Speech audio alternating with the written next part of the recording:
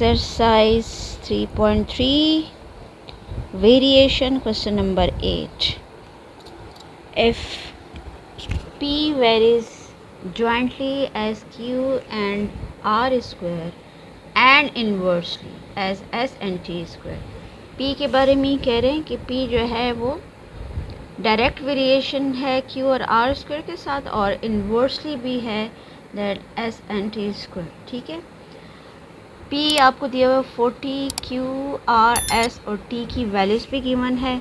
तो इनकी हेल्प से ये P, Q, R, S, T की हेल्प से ये तो हम कांस्टेंट वैल्यू के फाइंड कर लेंगे. सेकंड पर क्या कहते हैं, find P in terms of Q, R and S and T. Means कि आपने P को एज अ फंक्शन शो करना है in a form of Q, R, S and T, जिस तरह हमने प्रीवियस क्वेश्चन में किया था. ठीक है. तीसरी बात हमने क्या फाइंड करनी है, also find P when Q, R, S, T इनकी वैल्यूज़ जो है वो गिवन है P की वैल्यूज़ फाइंड करने के लिए. ठीक है. So let we start. So P varies jointly as Q and R square means कि ये डायरेक्ट वेरिएशन है. सो सबसे पहले आ जाएगा P वेरीज जॉइंटली मीन्स कि it is the direct variation Q R square. ये आ गई हमारे पास फर्स्ट इक्वेशन. ठीक है. एंड इन्वर्सली तो मीन्स के P is also inverse variation और S T स्क्वायर. ये आ गई हमारे पास second equation. So at a time P जो है वो डायरेक्ट वेरिएशन भी है और इन्वर्स वेरिएशन भी है. अब हम क्या करेंगे, इन दोनों इक्वेशंस को ज्वाइन कर लेंगे. सो P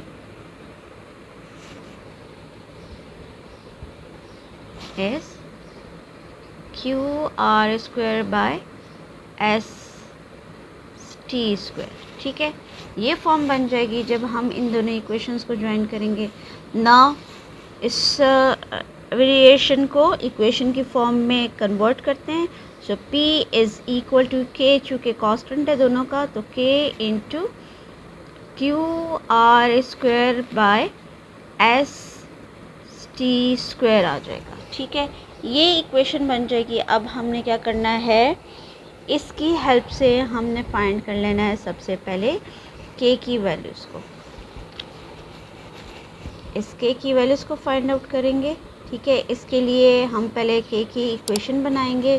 सो क्या आ जाएगा, K इज़ इक्वल टू, अब ज़ाहिर है K जो है K के साथ ये जो है Q R square by S T square है. इस पूरी टर्म को हमने जो है वो लेफ़्ट साइड पर लेके जाना है. तो टेकिंग द रेसिप्रोकल, तो जब हम रेसिप्रोकल लेंगे तो P के साथ ये आ जाएगा जी S T square by Q R square. ठीक है.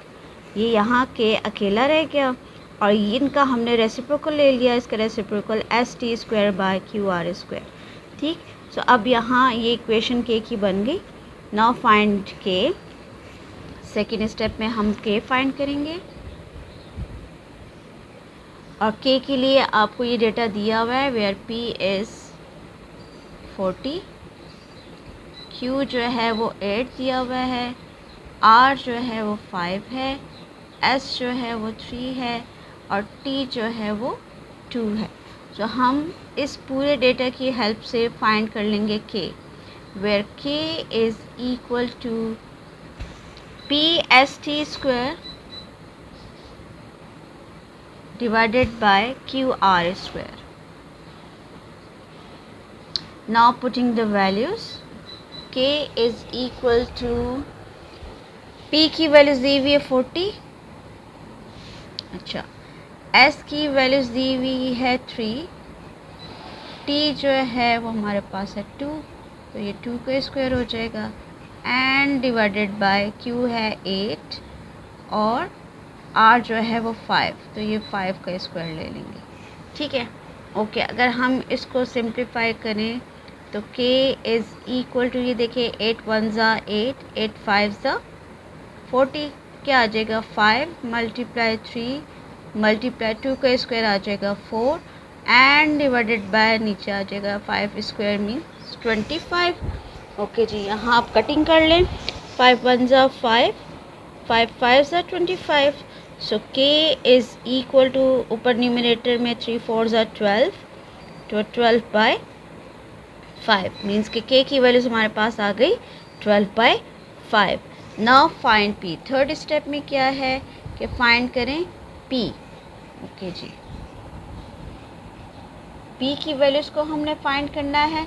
p को फाइंड करने के लिए, अच्छा सेकंड, सॉरी, इन्होंने क्या कहा था, find p in a term of q। तो अच्छा, ये स्टेप जो है वो मैं आपको यहाँ बता देती हूँ कि ये जो कहा हुआ है find p in a terms of q r s and t। सो इसका मतलब है कि p को हमने एज अ फंक्शन शो करना है। तो ये है, ठीक है, ये जो हमने लिया हुआ है ना, दिस इज, ये आपके पास जो है ना। अच्छा, इसमें अब ये p जो है in a form of q r square s t square है, बट इसमें हम k की वैल्यूज़ अगर डाल दें तो ये हमारे पास इसका आंसर आ जाएगा p इज़ अ फंक्शन। तो यहाँ हम इसको लिख देते हैं, क्योंकि यहाँ हम पहले p as a function mention कर देते हैं। तो देखें, p is equal to k into, तो k की वैल्यूज़ हमारे पास 12/5 आई है, तो यह आ जाएगा जी, k की जगह आपने इसकी वैल्यूज़ डाल देनी है 12/5, ठीक है। और ये है Q R square divided by S T square.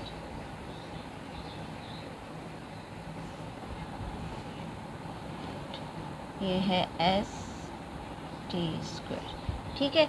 सो ये आ गया जी फर्स्ट का आंसर कि p in a term of q है, तो ये p is a function in a term of q r s t square, ठीक है। Now find p। अब हम इसमें फाइंड करेंगे p। Now find p। अब p को फाइंड करने के लिए डेटा हमें दिया हुआ है q -2, where q is -2, r is 4, s is 3 and t is -1, ठीक है। now putting the values, p is equal to k into q r square, k into, या आप इसमें भी डाल सकते हैं, ठीक है, क्योंकि k की ऑलरेडी वैल्यूज़ डाली हुई है, सो इसी में डाल दें 12/5, ठीक है। q की जगह q की वैल्यूज़ डाल दें, दैट इज़ -2, ये आ जाएगा -2। r की जगह r की वैल्यूज़ 4, इसके स्क्वायर आ जाएगा, एंड डिवाइडेड बाय s की वैल्यूज़ है 3, दैट इज़ 3, ठीक है। और t हमारे पास है -1, तो -1 का स्क्वायर। अब हमने ये डॉट का मतलब मल्टीप्लिकेशन, ठीक है, इसको सिंप्लीफाई कर दें तो p is equal to 12/5 multiply, आ जाएगा जी -2, और ये आ जाएगा 4 का स्क्वायर 16 डिवाइडेड बाय -1 का स्क्वायर है तो +1 हो जाएगा, ठीक है।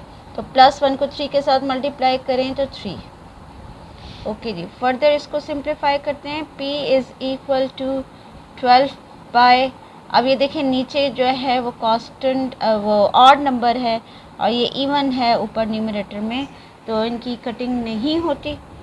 तो यहाँ आ जाएगा जी 5, इनको मल्टीप्लाई कर लेते हैं, माइनस ये 3 1 ज़ा 3 और 3 4 ज़ा 12, ये तो कटिंग हो सकती है, इसकी कर लेते हैं, ठीक है। और एक जो है ये देखिए, ये नेगेटिव साइन तो बाहर साइड पर आ जाएगा, माइनस साइन। और फर्दर इसको सॉल्व करें तो ये आ जाएगा डिनोमिनेटर में तो रह गया 5, सही है, न्यूमरेटर में रह जाता है 4 मल्टीप्लाई 32, 16 2 ज़ा 32, और 32 को 4 के साथ मल्टीप्लाई कर दें तो p इज़ इक्वल टू -128/5, ठीक है। तो ये हमारा जो है रिक्वायर्ड आंसर यहाँ जो है वो कंप्लीट हो जाता है।